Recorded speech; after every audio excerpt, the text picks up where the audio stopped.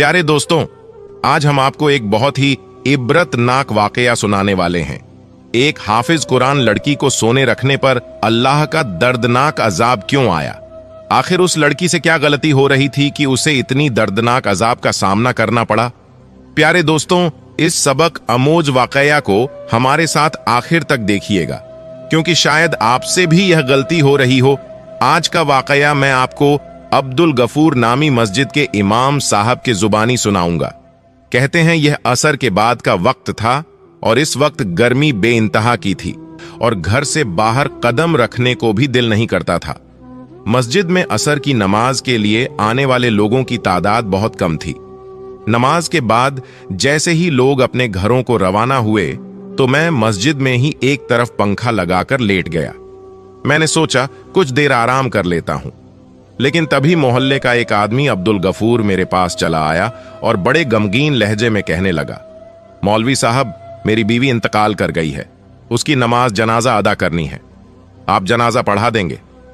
मैंने उसकी बात सुनकर सबसे पहले तो उसके साथ अफसोस का इजहार किया और उसे कहा, मुझे तुम्हारी जवान जहान बीवी की इस तरह मौत का बहुत दुख हुआ।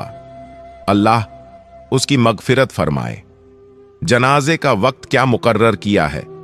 मैंने उससे पूछा तो वह कहने लगा, मगरिब की नमाज के बाद ही जनाजे का इरादा है और मैं चाहता हूं कि आप ही उस जनाजे को अदा करें। अब्दुल गफूर की बात सुनकर मैंने उसके कंधे पर हाथ रखा ताकि उसे हौसला हो और कहा, तुम फिक्र मत करो, मैं जनाजा पढ़ा दूंगा। इतनी देर में मस्जिद में बच्चों ने आना शुरू कर दिया। अब्दुल गफूर वापस घर चला गया। मुझे उसकी बीवी का हकीकत बहुत अफसोस हुआ, क्योंकि गफूर की उम्र अभी मुश्किल से 30 बरस थी और उसकी बीवी तकरीबन 23 या 25 बरस की होगी। 2 छोटे छोटे बच्चे थे। मैं उन बच्चों के लिए अफसुर्दा हो गया जिनकी मां इतनी कम उम्र में उन्हें छोड़कर चली गई। मैंने पढ़ने वाले बच्चों को जल्दी छुट्टी दे दी और मगरिब की नमाज अदा करने के बाद मैं मस्जिद से निकल आया और अपनी जगह पर एक लड़के को मस्जिद में बिठा दिया और उसे कहा, तुम कुछ देर यहीं पर रुको, मैं एक जनाजा पढ़ाकर आता हूं। हमारे इलाके में ही एक कब्रिस्तान था जिसके बाहर जनाजगाह बनी हुई थी। मैं जब वहां पर पहुंचा तो काफी तादाद में लोग वहां मौजूद थे। मेरे पहुंचने के कुछ देर के बाद जनाजा पढ़ा दिया गया और अब दफनाने का वक्त करीब आ गया। कुछ लोग तो जनाजा पढ़ते ही निकल गए, जबकि कुछ करीबी लोग अब्दुल गफूर के साथ ही तदफीन के लिए मौजूद थे, क्योंकि मैं खुद अब्दुल गफूर के लिए बहुत ज्यादा उदास था, परेशान था। इसीलिए उसे हौसला देने की खातिर मैं भी उसके पास ही मौजूद रहा। कब्र पहले ही खोदी जा चुकी थी और उस वक्त मैयत को कब्र में उतारा जा रहा था। लेकिन जैसे ही कब्र में मैयत को उतारते तो एकदम से ऐसा लगता जैसे कब्र तंग होने लगी हो और कब्र में से अजीब सी आवाजें आ रही हों और कब्र के अंदर सांप और बिच्छू एक बड़ी तादाद में दिखाई देने लगे, जिनकी फनकार में एक अजीब सा खौफ महसूस होता और वह सांप और बिच्छू मैयत को डसने लगते, काटने लगते। यह मंजर और यह आवाजें सुनकर वहां पर मौजूद लोग खौफ ज़दा सा हो गए। उनमें से कुछ तो इस्तगफार करते हुए वहां से भाग निकले, जबकि अब्दुल गफूर भी परेशान नजरों से कभी मैयत की तरफ देखता, कभी कब्र की तरफ देखता। वह खुद इस वक्त बहुत हवास गंजी था। मैं खुद भी हैरान और परेशान था। आज तक ऐसा कोई भी वाकया मेरी नजरों के सामने नहीं गुजरा था और ना ही मैंने कभी ऐसी कोई बात सुनी थी। उस वक्त अंधेरा फैल चुका था और कब्रिस्तान का माहौल भी बड़ा ही पुरसुरा हो चुका था। मेरे अपने रोंगटे खड़े हो चुके थे, लेकिन मैंने अपनी तस्बीह को जारी रखा और वृद्ध करता रहा। अब अब्दुल गफूर बेहद परेशान हो चुका था और सोच में मुब्तला था। आखिर ऐसा हो क्या गया? यहां तक कि गोरख ने भी वहां पर रुकना मुनासिब नहीं समझा। वह भी वहां से जाना चाहता था, लेकिन फिर मैंने और अब्दुल गफूर ने उससे दरख्वास्त की वह दूसरी कब्र खोद दे ताकि मैयत को वहां दफनाया जा सके। यूं तो सब लोग चले गए वहां पर, अब सिर्फ अब्दुल गफूर और गोरख ही मौजूद थे। तभी तो गोरख खौफजदा था। पहले तो उसने मना किया, लेकिन हमारी मिन्नत समाजत करने पर वह मान गया और उसने दूसरी कब्र खोदना स्टार्ट कर दी। उस कब्र को खोदने के बाद उसने हमें मैयत वहां लाने का कहा और खुद एक तरफ खड़ा हो गया। मैं और अब्दुल गफूर मैयत को लेकर दूसरी कब्र के पास पहुंचे और उसे कब्र में उतारने लगे। लेकिन यह क्या, इस कब्र में भी एकदम से एक बड़ी तादाद में सांप और बिच्छू दिखाई देने लगे और कब्र के अंदर से चीख की आवाज बुलंद होने लगी। जबकि गोरख ने इस मंजर को देखा तो वह भी खौफजदा होकर कब्रिस्तान छोड़ गया। इस वक्त कब्रिस्तान में सिर्फ मैं और अब्दुल गफूर थे। अब्दुल गफूर की आंखों में आंसू थे, चेहरे पर खौफ था और होंठ कप कपा रहे थे। तभी अब्दुल गफूर कहने लगा, मौलवी साहब, यह क्या माजरा है? मेरी अहलिया को जब दफन करने लगते हैं तो कब्र इतनी तंग क्यों पड़ने लग जाती है? सांप और बिच्छू नजर आने लगते हैं। आप बताएं, आखिर यह सब क्या है? मैं क्या करूं? अब्दुल गफूर की परेशान आवाज सुनकर मैंने उसे हौसला दिया और कहा, आओ हम दोनों एक बार फिर से कोशिश करते हैं और मिलकर इसको दफन करते हैं। मुझे उम्मीद है अब ऐसा कुछ नहीं होगा जब हम मैयत को कब्र में उतारने लगे। लेकिन अब की बार भी वही सब कुछ दोहराया गया। मैं पसीने में भीग गया। एक इमाम मस्जिद होते हुए अल्लाह के कहर का मुझे बखूबी अंदाजा था और मैं जानता था यकीनन यह अल्लाह की तरफ से किसी गजब का इशारा है। यकीनन यह औरत किसी ऐसे काम में मलव रही है जिसकी वजह से इसके ऊपर यह शदीद अजाब आ रहा है। वह मुर्दा होने के बावजूद अपनी असल मंजिल को नहीं पहुंच रही। उसकी कब्र उसे कबूल नहीं कर रही। और मैंने गफूर से पूछा कि तुम्हारी अहलिया ऐसा क्या करती थी? क्या उसने कभी कोई ऐसा काम किया हो, कोई ऐसा गुनाह किया हो जिसकी वजह से उस पर यह अजाब आया हो? मेरे उलझे हुए अंदाज को देखकर अब्दुल गफूर रोने लगा और कहने लगा, मौलवी साहब, मेरी अहलिया ने अपनी जिंदगी में एक ही गलत काम किया था और शायद यह उसी की सजा है। अब्दुल गफूर का लहजा हारा हुआ था और उस वक्त दुख से भरपूर था। मैंने उसे हौसला देते हुए कहा, हिम्मत रखो और मुझे बताओ आखिर क्या बात है? हमें मैयत को दफनाना है और जब तक तुम मुझे असल बात नहीं बताओगे यह काम नहीं होगा। वैसे भी सब लोग यहां से जा चुके हैं, अंधेरा बढ़ चुका है और ईशा का वक्त करीब आ गया है। तुम मुझे असल मामला बताओ ताकि मैयत को दफनाकर हम लोग भी यहां से रवाना हो सके। अब्दुल गफूर भी जैसे सूरत हाल की नजाकत को समझ चुका था और तभी कहने लगा, मौलवी साहब, यह आज से 6 साल पहले की बात है जब मैं और मेरी अहालियां किसी और इलाके में रहते थे। हम बेहद खुश थे। मेरी शादी को अभी न साल ही हुए थे और मेरे घर सिर्फ एक बेटा ही था। मैं एक अच्छी नौकरी करता था। मुझे वहां से जो रकम हासिल होती उसमें हम दोनों मियां बीवी और हमारे बच्चे का गुजारा हो रहा था। लेकिन मेरी बीवी को बनाव सिंगार का बहुत शौक था, नए नए कपड़े पहनने का शौक था और जब भी वह किसी दूसरे की औरत को देखती कि उसने अच्छे कपड़े और जेवरात पहने हुए हैं तो उसके दिल में हसद और हसरत जागने लगती और वह अक्सर मुझे भी कहती, अब्दुल, आप नौकरी के साथ कोई और काम भी करें, कोई और कारोबार भी करें। खाली इस नौकरी में क्या रखा है? हम कब तक यूं सिसक सिसक कर जिंदगी गुजारेंगे? कब तक यूं हम ख्वार होते रहेंगे? मुझे भी तो ख्वाहिश चाहिए। हम भी तो अपनी जिंदगी फुर्सत में गुजारना चाहते हैं और जिस चीज की मेरा दिल ख करता है मैं वह पूरी करना चाहती हूं। अपनी अहलिया की बात सुनकर मैं उसे हमेशा हिम्मत देता और कहता, तुम फिक्र मत करो, बहुत जल्द मेरी तरक्की हो जाएगी, तनख्वाह भी बढ़ जाएगी तो फिर हमारे काफी मसले हल हो जाएंगे। लेकिन मेरी बात सुनकर वह कहने लगती, सिर्फ तनख्वाह बढ़ने से कुछ नहीं होगा, फिर भी कितना फर्क पड़ जाएगा। आप साथ में कोई और भी काम करें, जैसे आपका दोस्त जो पहले यहां पर एक आम सी नौकरी करता था, जब से वह दुबई गया उसके के घर तो जैसे पैसा बरसने लगा।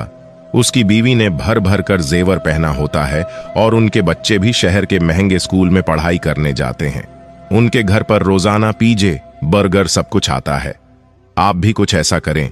मेरी बीवी ललचाए हुए अंदाज में मुझे कहती तो मैं रोजाना उसकी इन बातों से तंग आकर इस बात को सोचने पर मजबूर हो गया कि मुझे भी अपनी बीवी बच्चों के सुकून के लिए बाहर चले जाना चाहिए। इसीलिए मैंने अपनी जमा पूंजी दांव पर लगा दी और अपने दोस्त के कहने पर एक एजेंट को पैसे दे दिए। लेकिन वह एजेंट फ्रॉड निकला और मेरे पैसे खा गया। मैं चूंकि नौकरी भी छोड़ चुका था, अब मेरे पास नौकरी का भी कोई आसरा नहीं था और जो जमा पूंजी थी वह भी खो चुका था। हमारे घर के हालात खराब होने लगे। अब नरगिस दिन रात मुझे ताने देती और मैं उसके साथ झगड़ा करता और उसे कहता, तुमने मेरे साथ अच्छा नहीं किया।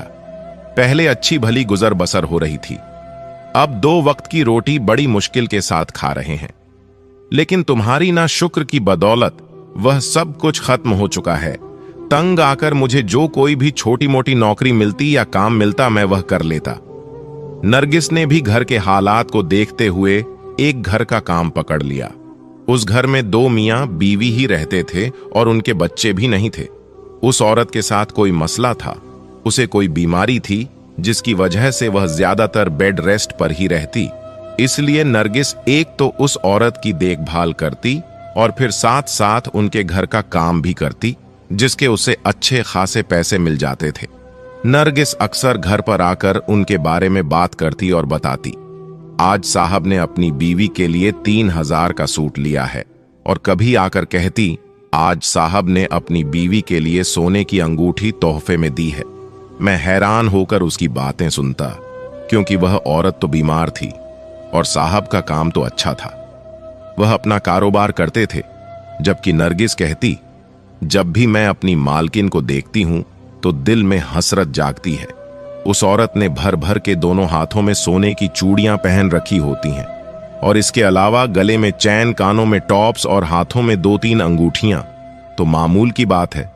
सब कुछ सोने का है, और मुझे देखो, मेरे पास तो एक छल्ला भी नहीं है। नरगिस अक्सर हसद के साथ यह सब कहती और ना शुक्री करती, और मैं अफसोस से उसकी तरफ देखता रह जाता।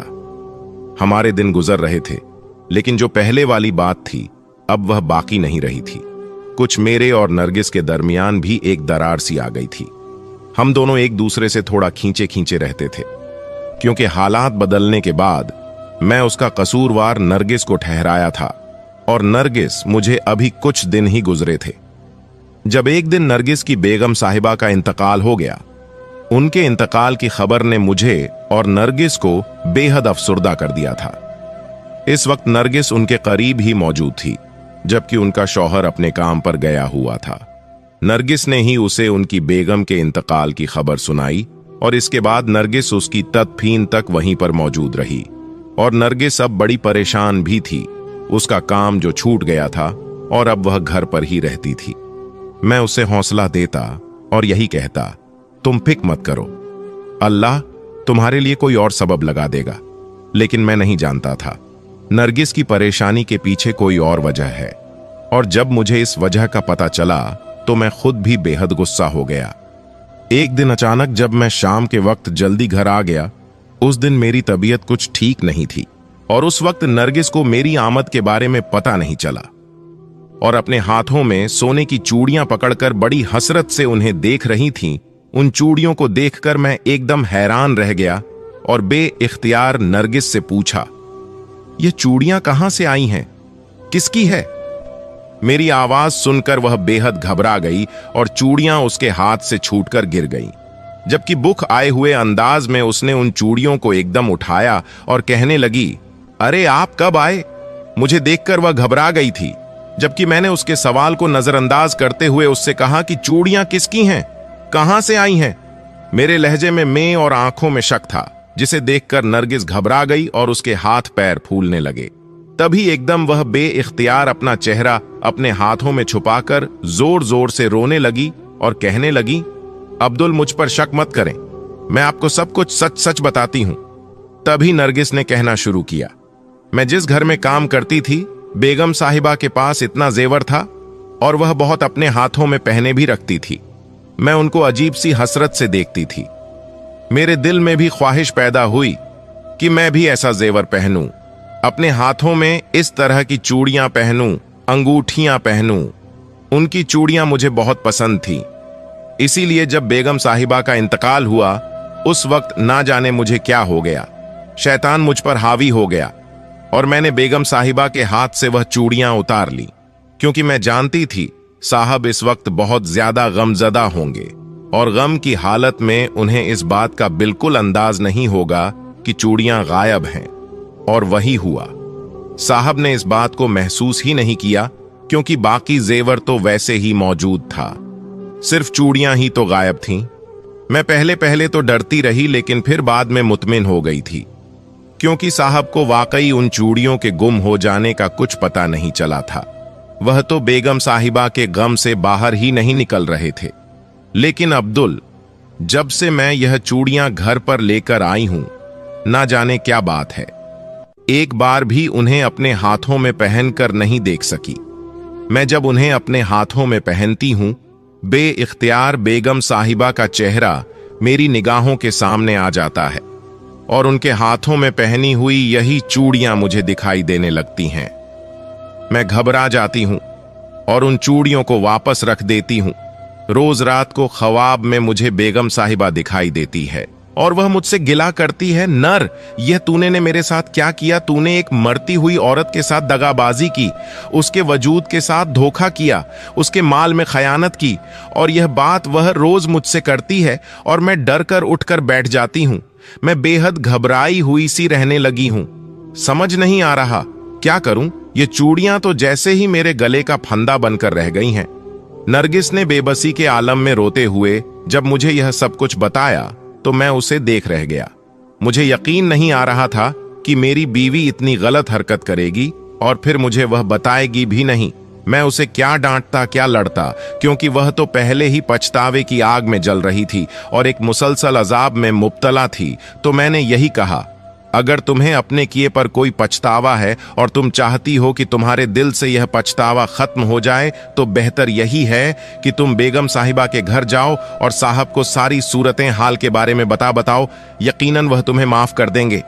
मैंने नरगिस के कंधे पर हाथ रखते हुए उसे हौसला देते हुए समझाया, लेकिन वह एकदम डर गई और कहने लगी, नहीं नहीं अब्दुल, मैं यह नहीं कर सकती, क्योंकि अगर मैंने ऐसा किया तो साहब मुझे जेल में भिजवा देंगे।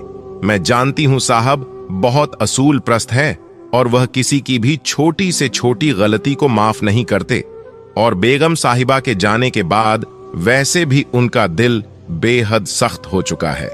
मैं जानती हूं अगर मैंने उनके सामने अपने इस गुनाह का तरा किया तो वह यकीनन मेरी गलती को माफ नहीं करेंगे, बल्कि मुझे जेल भेजवा देंगे। और मैं कैसे जेल जाऊंगी, कैसे तुम लोगों के बगैर रहूंगी? यह कहते हुए नरगिस मेरे हाथ थाम कर रोने लग गई और मैं बेबसी से उसे देखता रह गया। मुझे समझ नहीं आ रही थी कि मैं उसे कैसे तसल्ली दूं, इसे इस पछतावे की आग से कैसे निकालूं। इमाम साहब, उस दिन के बाद से नरगिस वह नरगिस ना रही थी, बल्कि आहिस्ता आहिस्ता वह मुरझा जा रही थी। उसका रंग जर्द पड़ता जा रहा था और आंखों के नीचे गहरे हल्के होते जा रहे थे। यूं लगता था जैसे उसे कोई संगीन बीमारी लाह हो गई हो। वाह, हमेशा खौफ जिदा हालत में रहती और बाज औकात तो ऐसे ख्वाब में देखती जैसे किसी चीज को देख रही हो और उससे डर रही हो। नरगिस, जो पहले बहुत ही बनने संवरने की शौकीन थी, हाथों में भर भर कर चूड़ियां पहनती थी, अब तो चूड़ियों का नाम सुनकर इंतहा खौफ ज़दा हो जाती थी। उसने दोबारा कभी उन चूड़ियों को निकालकर नहीं देखा था, बल्कि वह तो उनका नाम भी नहीं लेती थी। इसी हालत में हमारे घर एक बेटी ने जन्म लिया, लेकिन नरगिस का दिल उस बेटी के साथ भी नहीं लग सका। वह अपने पछतावे और खौफ के हंसार में थी। अब तो उसे जीते जागते भी बेगम साहिबा दिखाई देने लगी थी और वह अक्सर उन्हें सामने देखकर चीखने चिल्लाने लगती और उस पर एक अजीब से दौरे की कैफियत आ जाती। मैं चाहता था मैं साहब के साथ बात करके उन्हें सारी सूरतें हाल बता दूं और नरगिस के लिए माफी मांग लूं। शायद इस तरह नरगिस की इस पछतावे की आग से निकल सके और उसकी हालत बेहतर हो जाए। इसलिए मैं नरगिस को बताए बगैर साहब के बंगले पर गया, लेकिन पता चला कि साहब 2 महीनों के लिए बाहर के मुल्क चले गए हैं। मैं बहुत मायूस हुआ, क्योंकि नरगिस की हालत दिन बदन बदतर होती जा रही थी और उसकी चीख मेरा कलेजा चीर देती थी। मैं जानता था उसने लालच में आकर एक मरती हुई औरत के हाथों से चूड़ियां उतारने की बहुत बड़ी गलती की, लेकिन अब वह गलती उसके गले का फंदा बन चुकी थी। वह चूड़ियां अब भी हमारे घर की अलमारी में पड़ी हैं और नरगिस उसी पछतावे की आग में दुनिया से चली गई और अब सारी सूरतें हाल आपके सामने हैं। मैं उसकी नमाज जनाजा अदा करने के बाद उसे दफना रहा, लेकिन कब्र उसे कबूल करने से इनकार कर रही है और सांप और बिच्छू उसे डसने को बेकरार है। मौलवी साहब, अब आप ही बताएं, मैं क्या करूं? मैं कैसे यह सब बर्दाश्त करूं? यह कहकर अब्दुल गफूर फिर से रोने लगा। और मैं एकदम सटे के आलम में चला गया। मैं सोच भी नहीं सकता था एक औरत ऐसे गुनाह में मूलवश होकर इस तरह के अजाब में मुब्तला हो जाएगी।